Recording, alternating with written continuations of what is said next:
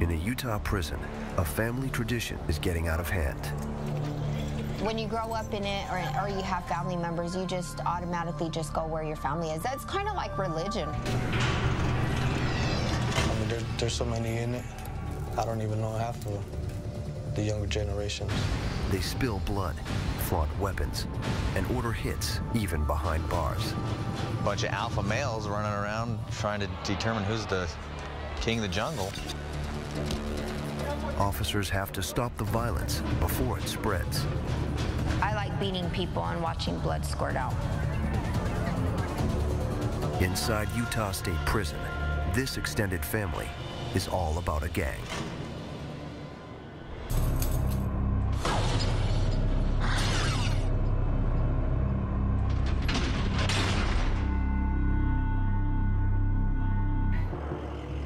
It's 8 a.m. at Utah State Prison. Newly sentenced inmates arrive.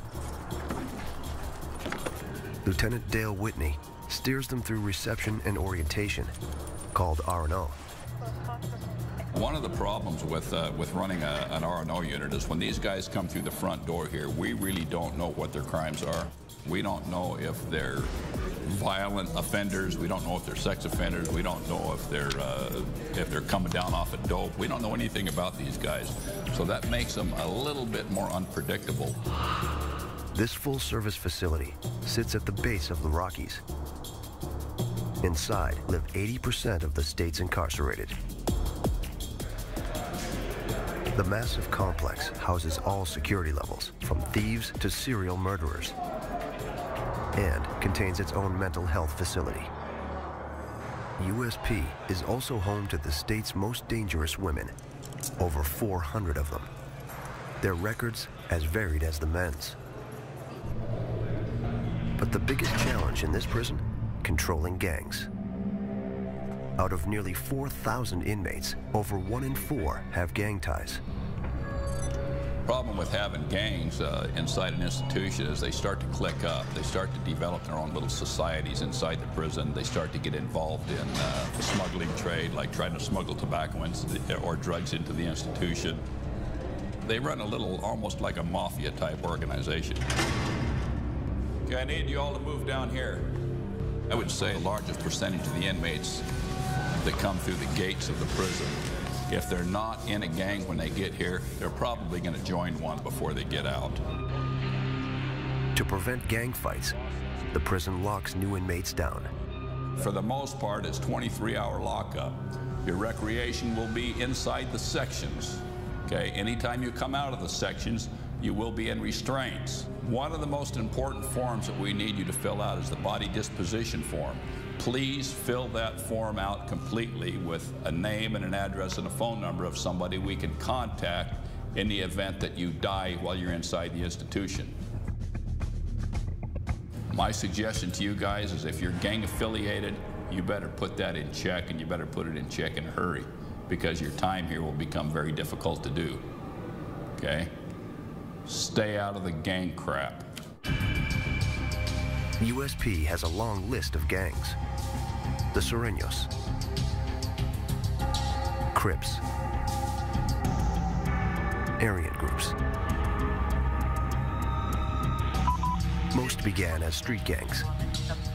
Behind bars, rigid codes keep members in line, disobey gang leaders' orders, and face bodily harm. Gangs like the California-based Sureños are notorious for violence. Behind bars, they created a criminal empire by forcing smaller Latino gangs to join them. Today, their membership is in the tens of thousands. Gangs at USP caused violent incidents to spike, nearly doubling in just 5 years. It falls to Sergeant Tracy Skinner to locate the gangbangers and keep them under control. Inmates in gangs use hand signs like these to show their allegiance. But that doesn't make rounding up active gang members any easier. It's Sergeant Skinner's job to pull out these gangsters from general population and put them in a special housing unit. This is what Skinner calls fishing.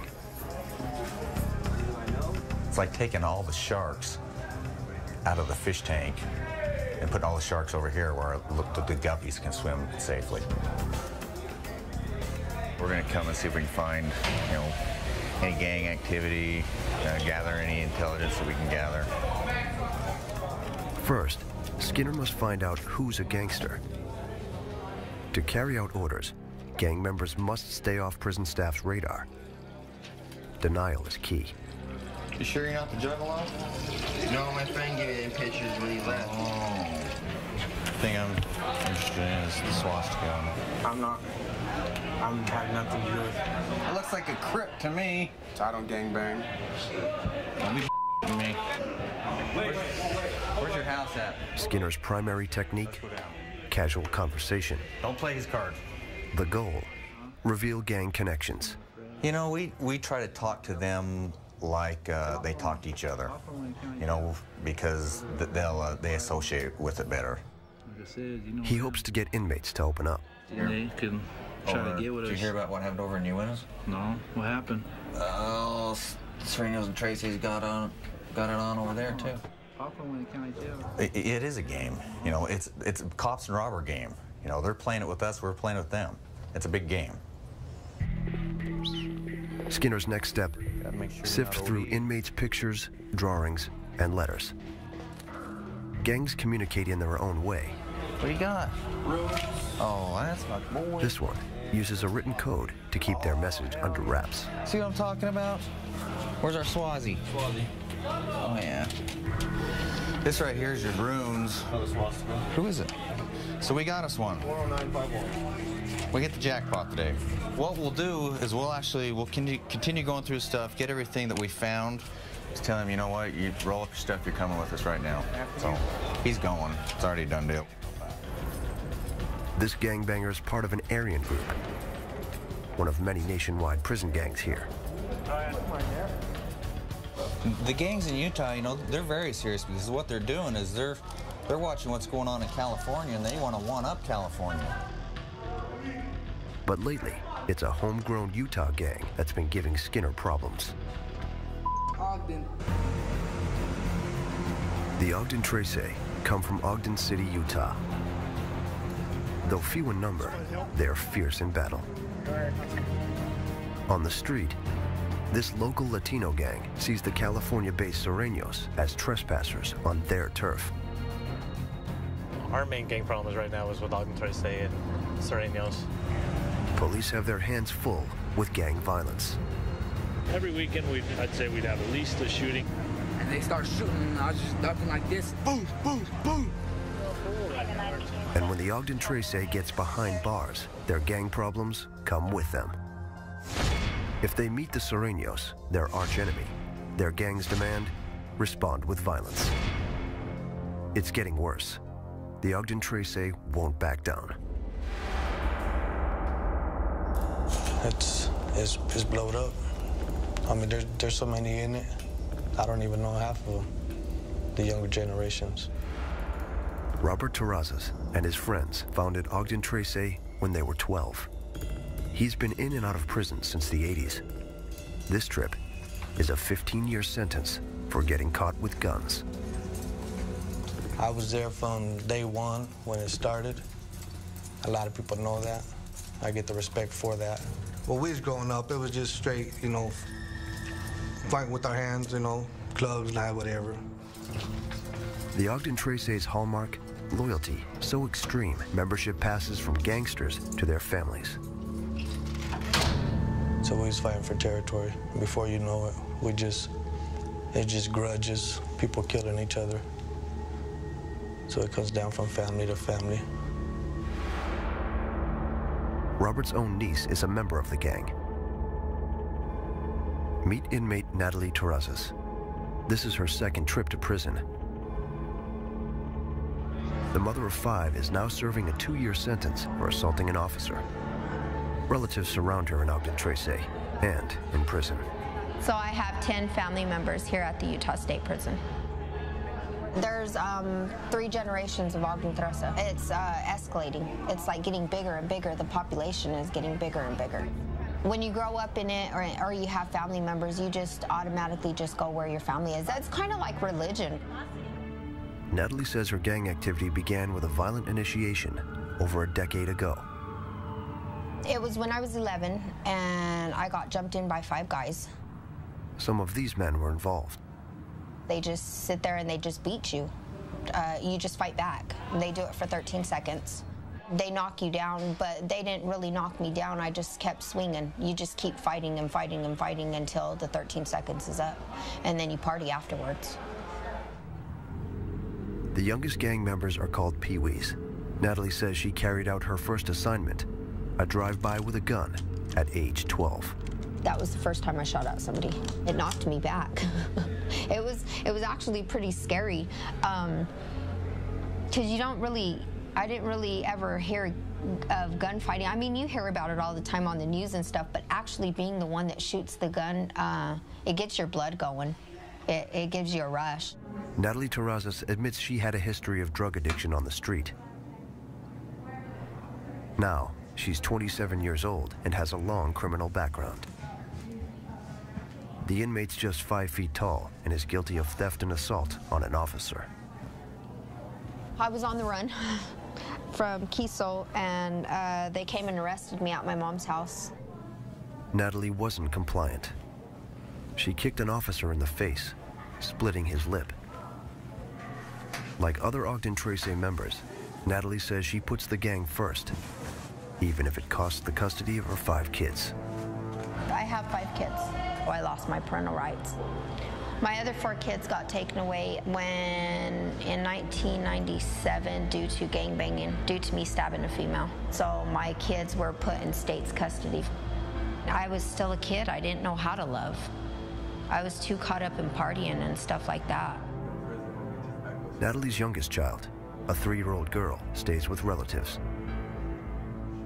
But if Natalie gets into gang trouble on parole, she could lose her daughter. My youngest daughter is the one that I'm trying to get it right with. With her parole just weeks away, the committed gangbanger must choose between the gang and her baby.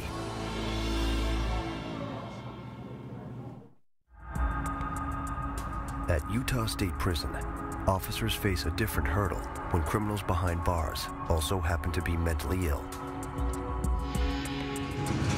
150 inmates live here, the Olympus Housing Unit, Utah State Prison's mental health facility. Even though up to half of the U.S. inmate population has mental health problems, facilities like Olympus are rare. These inmates' crimes are as diverse as the rest of USP's population. It's their behavior in prison that puts most of them here. It's pretty much the whole prison combined in this little building. All these cells in here, they have cameras so we can watch them 24/7. Look in, make sure everything's okay.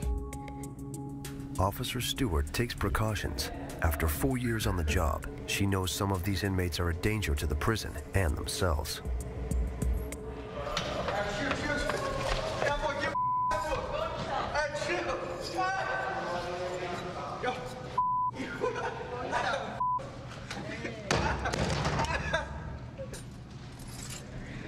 These inmates, they can switch on a dime. They're mentally ill. You don't know, one day they're taking their meds, the next day they're not. They can become very violent. In extreme cases, unstable inmates spit on staff, tear up cells. But they'll bang on the door, come off the hinge, and hopefully it won't. And mutilate their bodies. They'll use little teeny pieces of paper to saw themselves for hours. Yet Officer Stewart chooses to work here. I actually love my job. I love coming to work, being able to talk to, the different personalities, being able to help somebody if they need help. I mean, you can't save the world or anything, but you can try, with one person. This guy right here, he is on suicide watch. He plugs up everything. He wipes his feces all over the wall. The smell in here is very intense. Feces. They come out every other day, so I'm sure His feces that he has on his floor has been there, you know, a day and a half, just depending. But I can't even explain how bad the smell is. Going in there, it makes you want to dry heat. I mean, deaths don't smell as bad as some of these cells. It's just horrible. We have to deal with just things not an ordinary person would even think about dealing with every day. Staff reinforces boundaries on a daily basis. Well, they know who they can prey on. These guys are very manipulative. 1 year ago, Officer Stewart felt the risks of the job firsthand. She became a victim of assault. I had one of our schizophrenic inmates come up to me, and he's about 6'5", so about a foot taller than me, come next to me really, really close and was hitting me on the shoulders, threatening to kill and then rape my dead body. He finally just walked away and went into his cell. That was probably the scariest thing that I've had in my career happen here. The next day, he didn't remember anything. Stewart refuses to be intimidated. I can't come in here every day being afraid, because they'll thrive on that. I'm here to do my job, go home safely, hopefully. Go ahead and get up. Officer Stewart deals with dozens of aggressors on a daily basis. In the gang unit, Sergeant Skinner deals with hundreds. Last year alone, there were nearly 100 gang-related incidents at Utah State Prison. 3 Sureños assaulted this inmate.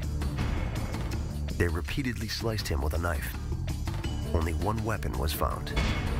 But some of the worst attacks, when gangs punish their own for not obeying orders. When they have a violation, they'll cut up their own just as easy as they cut up their enemy.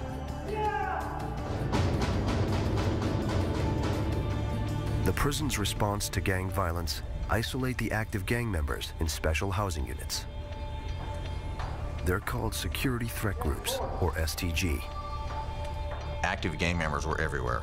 So what we've done is we've tried to contain all the active gang members here in Okafor to try and reduce the violence. They lock down inmates in their cells up to 23 hours a day. Automated doors and segregated cells separate rival gangsters. This is our control room. This is basically where we control every cell as far as each person that lives in each cell. We can control it from here, opening the doors. We never open more than one door at a time. Mr. Hansen, what's going on? The prison reserves STG for the most dangerous gangbangers. Today, Skinner meets a new arrival. Where are you from? From Central City Locals, Ogden 3. Inmate Nate Hansen is a self-proclaimed Ogden Trace. At 28 years old, he's already a career criminal. He's in prison for 4 years and has been an active gang member for over a decade. Have you got anything in there you shouldn't have? Anything gang-related? We can't have gang stuff over here? I thought that's what this unit was for gang members. Oh, this is the gang unit, but you can't have any gang-related paraphernalia. You're not over here to gang bang. Well, that's my intention. That's what I came here for. It's a gang bang? I thought you guys facilitated No, we don't facilitate that. So here's your rule book. Yeah. So you got to read everything in there, all right? Don't want to be able to sell. Don't be Sureño killing or Central City Local one anywhere. Skinner will segregate Hansen with other Ogden Trace. But first, he searches for gang contraband. He's got a scrap killer. Scrap is a derogatory term for Sureños. Their enemy is the Sureños. Gang communication can foreshadow activity, even violence. Yeah, it's gonna crossed out as. If we find any of that stuff, he'll get right up the stuff, all right? So, no more of that. Anyway, how long have you been from the Central City? Most inmates deny gang ties, but Hansen speaks proudly about the Ogden Trace. 15, 16, since I was about 13, 14 years old. How old are you now? I'm almost 30 now. Don't be beating anybody up. you get in a fight, you're gonna go straight to max, no question. Hansen disregards Skinner's advice. He talks about fighting the Sureños at any opportunity. I'm gonna go for it. We're gonna go. We're gonna go heads up, whether they want it or not. Wow. It's on site. We're definitely at war right now. All right, go ahead and roll up your stuff. Just wait for that day when I get around somebody I can deal with. Let's put you in your house. That's all there is to it. It's a waiting game. Always keep your eyes and ears open. Skinner keeps his eyes open too. He'll get more cell searches than other inmates will. We'll watch him closer when he's out on rec to see who he's associating with, you know, talking to. We'll listen to his phone calls more. He knows that with the Ogden Trace, it's not a question of if violence will occur, but when. Out in general population, inmates have more liberties. Recreational yard time is a prison luxury. It's the one place where male and female inmates interact. This is the matchmaking hour at Utah State Prison. What's that little short mama's name? Is that but they directly contact one another. A single chain link fence divides them. Right now, this is the walking program. I guess they get out there and get their exercise. But for us, it's the stalking program, because that's all we do is stalk them. We're going on. Hopefully make some eye contact, you know what I mean? Just wag them down right quick when the cops ain't looking. Being out of physical reach from one another doesn't stop them from chatting. The most popular way to talk on yard is with sign language. Inmates call it flagging. Officers don't condone it, so inmates hide it from staff. Like, this means from in the streets, there's different things. This means I love you, you know what I'm saying? This means I want to hug you, you know what I mean? Holding your hand, hug, yeah. Just stuff like that. But if you want to get specifics on it, then you just spell it out, you know what I mean? These broads are good at it. Leslie Cano, the cousin of inmate Natalie Terrazas, can speak it. I mean, if you're gonna do the alphabet, you always go back, you know what I mean? Backwards. Everything's backwards. So if you're gonna do the B, you do the B like that. The C, and then the D, and then you do the E, and then if you're gonna pause, that's a pause. They keep moving. It's like the little entree at the restaurant where the pie keeps circling. That's what we're doing. We're looking at the pie, circling. You get to pick which one you want. If you can't get that one, suck it up and find another one. If you get a hit, she'll let you know. You'll be like, hey, mama, what's up? Can I write you? And then she'll give you, yeah, she'll let you know. Yeah, if she gives you a name back, then you're good to go. And we got some ugly ones coming too. Damn. That's the pie I was talking about. There's no good pie. That's no good. Leaving yard with a pen pal is a success, but it doesn't happen every day. Parade is over. You wait till tomorrow. Sally. For some inmates,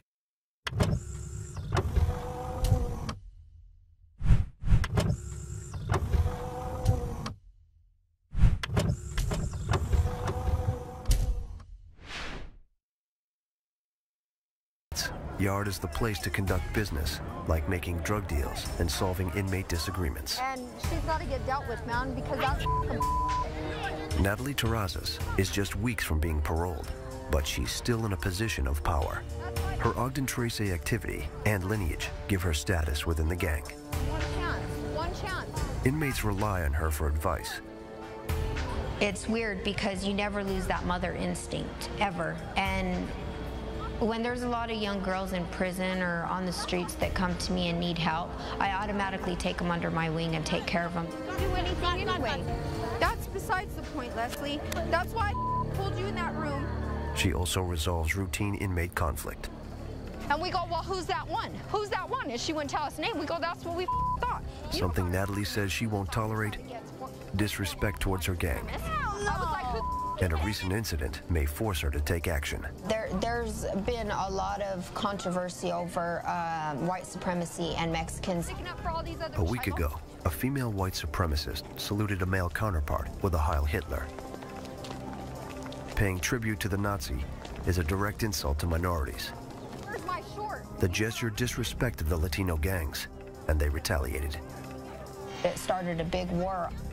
And these idiots spit in their food. I'm like, the gang conflict could turn violent. she's a Today, as a dedicated Ogden Tracy, Natalie is obligated to settle the dispute.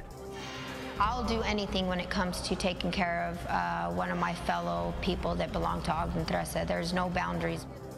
Natalie can try to deal with the female inmate, but the male's out of her reach. To inform her fellow gangbangers over the fence, she'll smuggle them a note about the Aryan's action.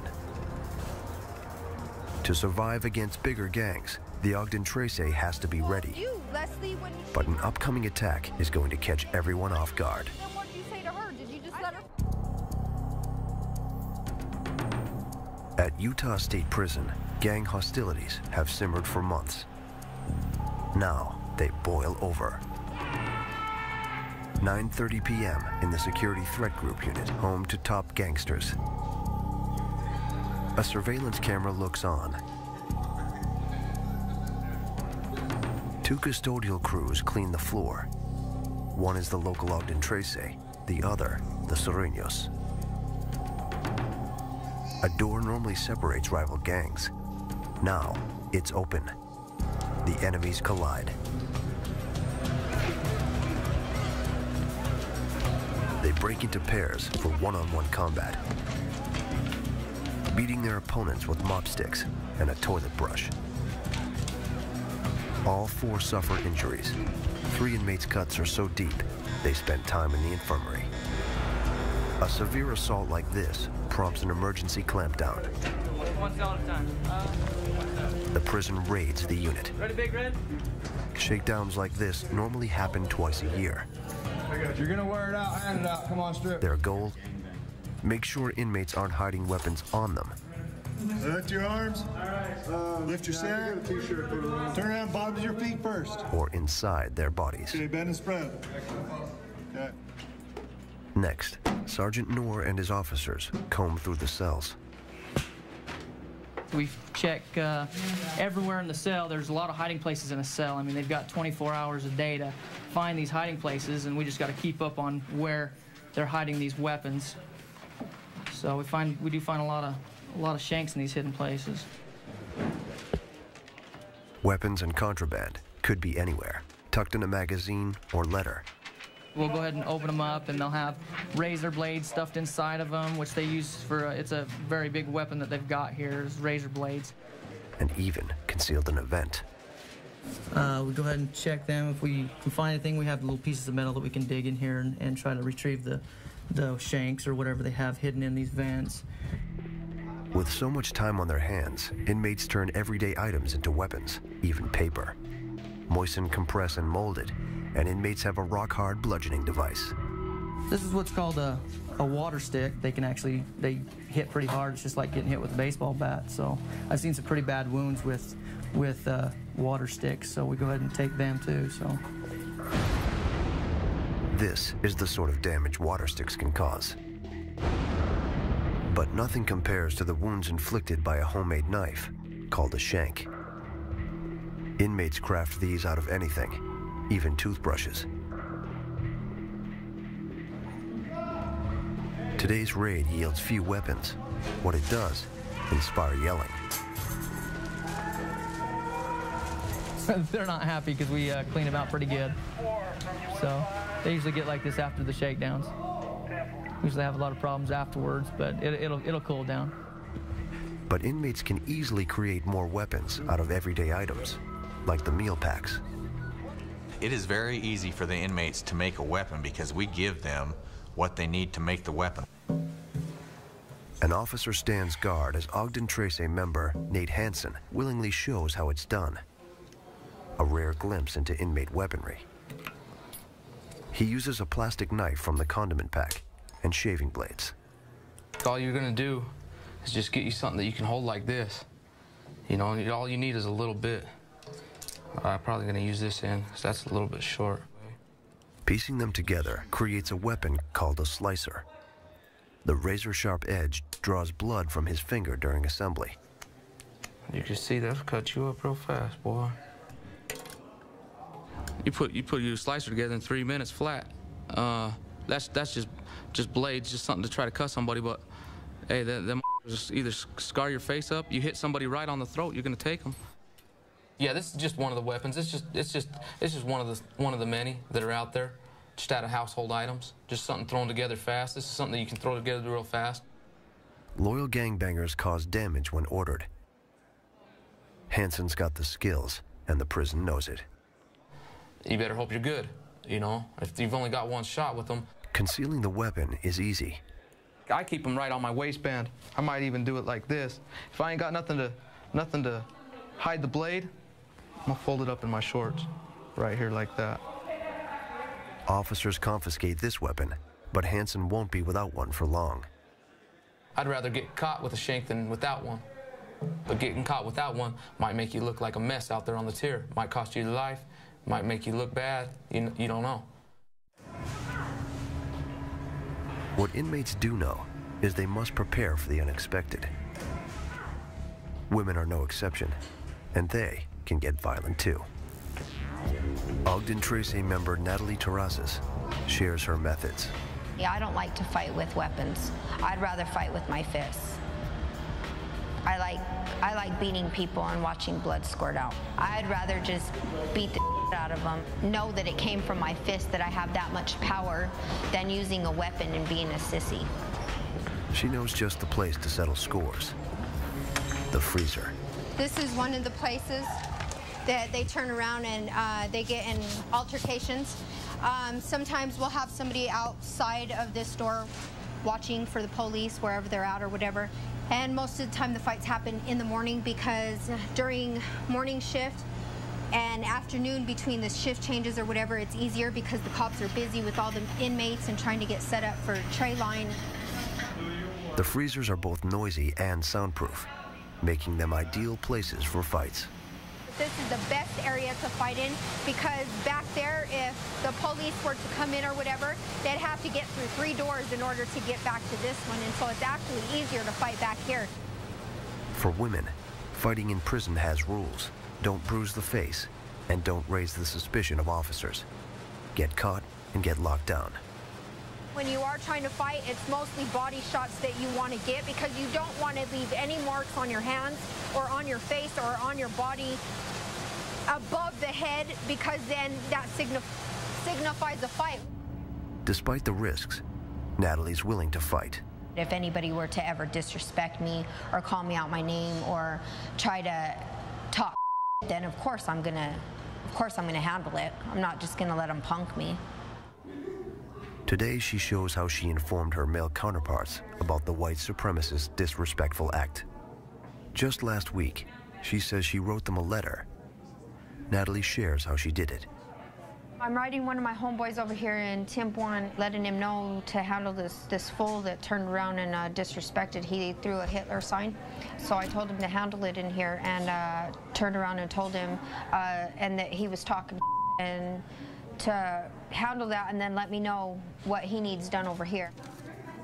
Natalie sent a secret message, called a kite, through an underground inmate mail system. The only reason why we normally tape them around this way is so that when they get to the homeboys, they already know that they're taped up. So that way, if anybody with them or tries to take them apart, they'll know from the paper being ripped or whatever. And then you write their name on both sides, and then you put what hood you're from. See, just like that. Letters are critical to gang communication. The dots symbolize the Ogden Gang's number, 13, or Trece in Spanish. Natalie has the kite transportation system down to a science. Okay. She works in the kitchen, which functions as the inmate post office. Natalie shows how she sent the kite. I need your name. It is really not that easy, because most of the time the officers are up in front and they're like watching you or watching whatever happens, or else they're running back and forth down the line. And you always have to have like 2 or 3 people, whether it means another inmate coming up and talking for you to the officers in order to distract them so that you can take care of it. The kite's placement isn't arbitrary. Picking a specific stack and a specific tray corner guarantees its destination within the prison. And when you're sending a stack, you make sure a stack is either in the right or the left-hand corner.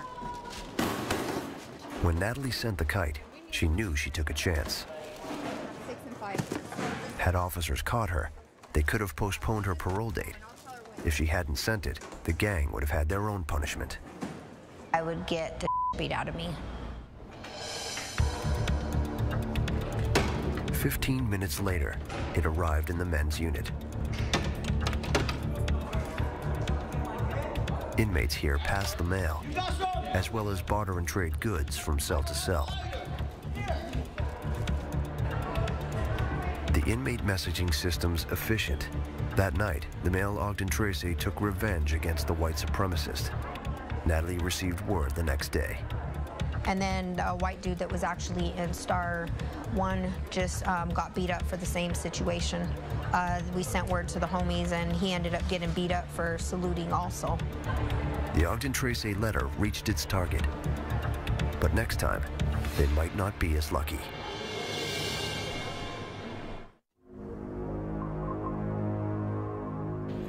Inside Utah State Prison, it's up to Sergeant Skinner to prevent future gang wars. It's been a week since the Sereno-Ogden battle, and inmates in his gang unit have been quiet. Maybe too quiet.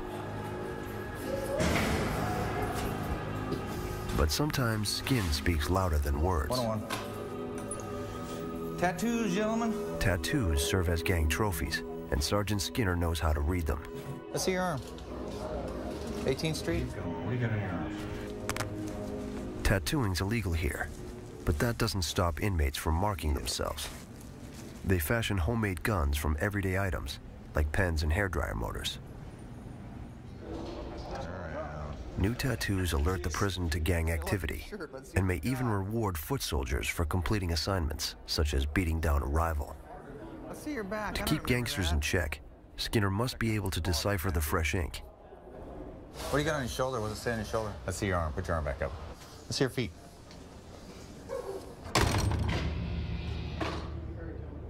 I know you're a tattoo addict. Hold on. We better take some pictures, too.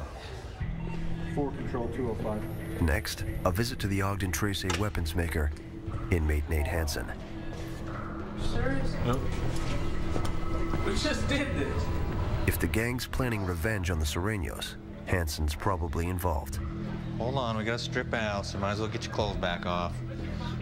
See if you got any new tats.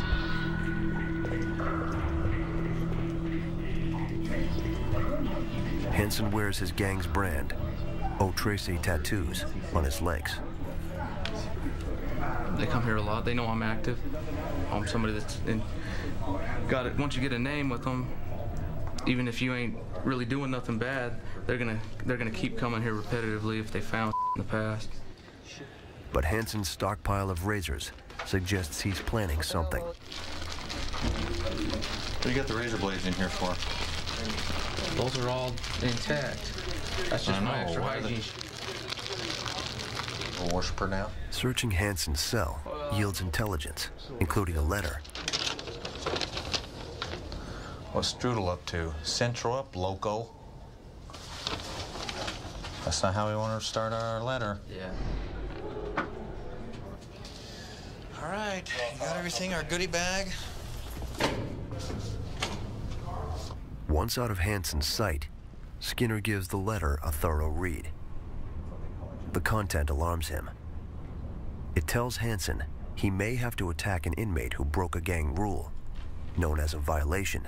He's in constant communication with known gang members out on the street, and they're writing to him, telling him who has a violation coming so that he can deal with it. But the target's not the Serenos. A fellow Ogden Tracy is.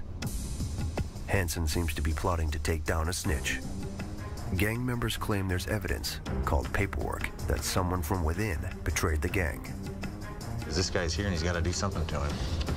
You know, because it tells in here that the inmate is a rat and they've got paperwork to support it, so rat's not a good thing in prison. The targeted inmate lives within Hanson's reach. And until the Ogden Trace notify him to attack, Hanson stays on standby. Skinner can't let gang members wage war in his unit. We take it seriously. You want to watch the ones that admit they're active because they're the ones that are going to jump at the chance to get their enemy. Yes or no? Do you have any safety concerns? No. The sergeant starts by informing the snitch that he's in jeopardy. So you're all right? Yeah, till that comes through. Okay, well, if it comes through, you need to let us know. I can't protect you from the unknown. Yeah. But if something's gonna happen, you need to tell me.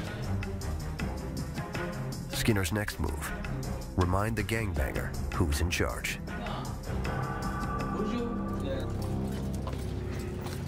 Gangs are a threat to anyone who crosses them, even one of their own. Ogden Trace founder Robert Terrazas knows how ruthless his gang can be. They wouldn't hesitate to shoot you. They won't hesitate to whoop your. They're not going to hesitate about it. They demanded the respect, especially for their hood. You know, and when they're banging, that's the way it goes. He also understands the gang's allure. You know, it's like a magnet. Like he's drawing you back to it. And every time I leave, I come back. For one reason or another, I come back and I end up in here. Look at me, 42 years old, already a grandpa, locked up still. I looked up to my Uncle Robert. I still do. I love my Uncle Robert with all my heart. I look up to him a lot. He was my role model. I liked the way he handled stuff, the way he handled business, the way he put people in check. If anything, if I was messed with, he would handle it on site. With her parole just a day away, Natalie spends time with family and tries to prioritize her gang or her child. Just go out and be with your kids, man. How with everybody else? I'm stuck. To get her daughter back, she must stay out of gang trouble for a full year. I don't want my daughter to resent me. Me end up dying over a bullet wound or whatever and not thinking about her. I'm missing a lot in my daughter's life. She's only 3 years old, man, and she needs a mom because I don't want her to grow up in a gang. As a career gang member, Natalie's loyalty is divided and her choice is limited. But she's considering an option that could change her life.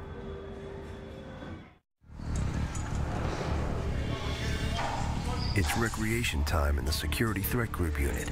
Sergeant Skinner keeps track of the gangsters. He hones in on one in particular. An Ogden Trace letter put inmate Nate Hanson on the prison's radar. It warned him to punish one of his own. Now is Hanson's chance to attack the marked inmate. We're in the control room right now, and they can't see in here because we have the glasses got mirrors on them. So they can't see in here, it's tinted. And they don't know who's looking at who or who's even up here. We're just looking to see who he's talking to, how he's interacting with other inmates, see what type of body language he has. Then, Skinner spots Hanson with the letter's target, the Ogden Trace snitch. Hanson's telling him his options. The sergeant studies the two for clues of a looming fight. Facial expressions and even glares can be telling. Skinner takes no risks.